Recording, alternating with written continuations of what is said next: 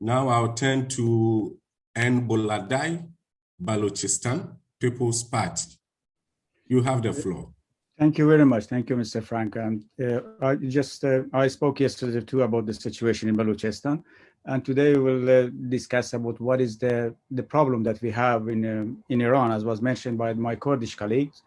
In Iran, we have different articles in its constitution, which is basically make Iran an apartheid country, where you have the articles against women, and Article 15 of the Constitution, which says that women cannot become president, or other articles that are completed that that women are not equal to the man.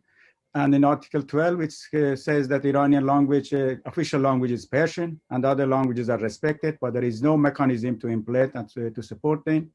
And of course, we have Iranian supreme leader, and this has been it has been showing an attitude and the implementation of all laws in Iran.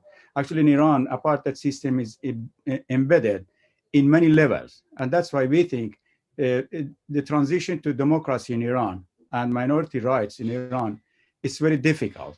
And that's why we think that, of course, United Nations had some reports mentioned that Iran constitution and its way of conducting its own people is kind of racistic. And that should be, I think, United Nations pay attention to this situation, particularly the situation that we have in Balochistan, that daily we are seeing that Baloch youth are being killed and arrested. And well, of course, we see that even they are selling part of Balochistan to India, to China, without any consent for the indigenous people or any benefit to the indigenous people.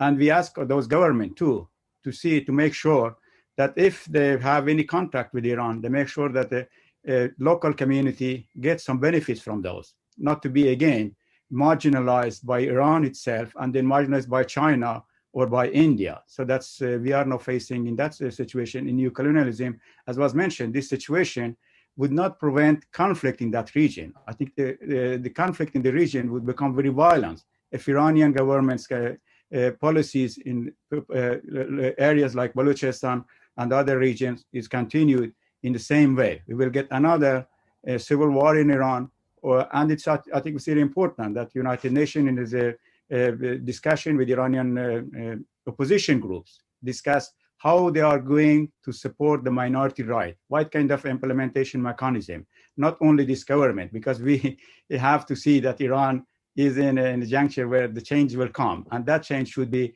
somehow work for the people too, not only again coming for the benefit the dominant nation or dominant groups, like we had it in Myanmar. We saw that a prize winner of the peace prize winner, how under her government, how things went wrong there. And this could go wrong in Iran too. Thank you very much.